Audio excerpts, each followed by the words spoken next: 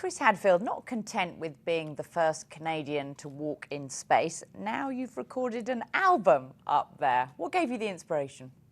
You know, it wasn't really any master plan. There's a guitar that is permanently up on the space station, and I imagine they're playing it every night up there right now. And when I had a little quiet time just before sleep, I'd play that guitar, and you just sort of naturally try and capture what you're doing. You write songs and you play songs that you know.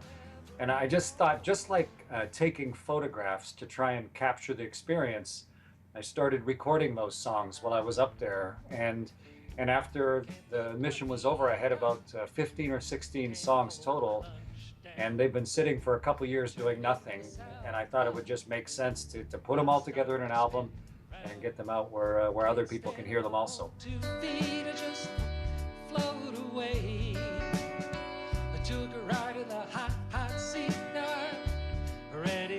Just how difficult was it, though, to record up there in space?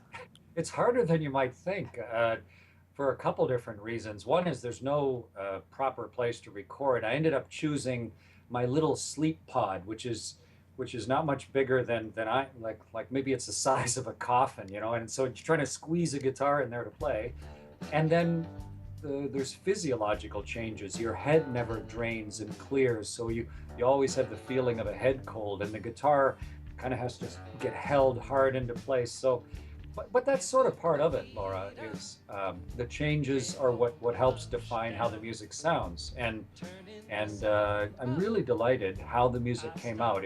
For me, it's immensely evocative of where I've been and the experience of living on board a spaceship.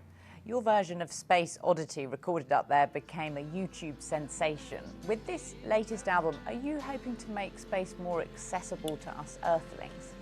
Well, I guess sort of indirectly. It's the same idea for me as talking to school kids about it. And while I'm talking to them, I show them images of it, because often an image becomes more compelling than just words. And music can be so much more compelling than just words also. And it's not like we're just starting to probe space anymore. We've been living as 15 different nations on board the space station for the last 15 years. And how do you express the humanity of that, the personal experience of that to people? And music, I think, as you mentioned, as seen in Space Oddity, I think people got a little insight into what it's actually like to be living on board the space station a little more clearly.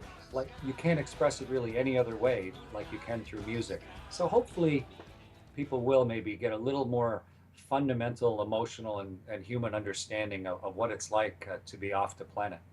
Chris Hadfield, thank you very much for joining us. Thank you, Laura. Nice to talk with you.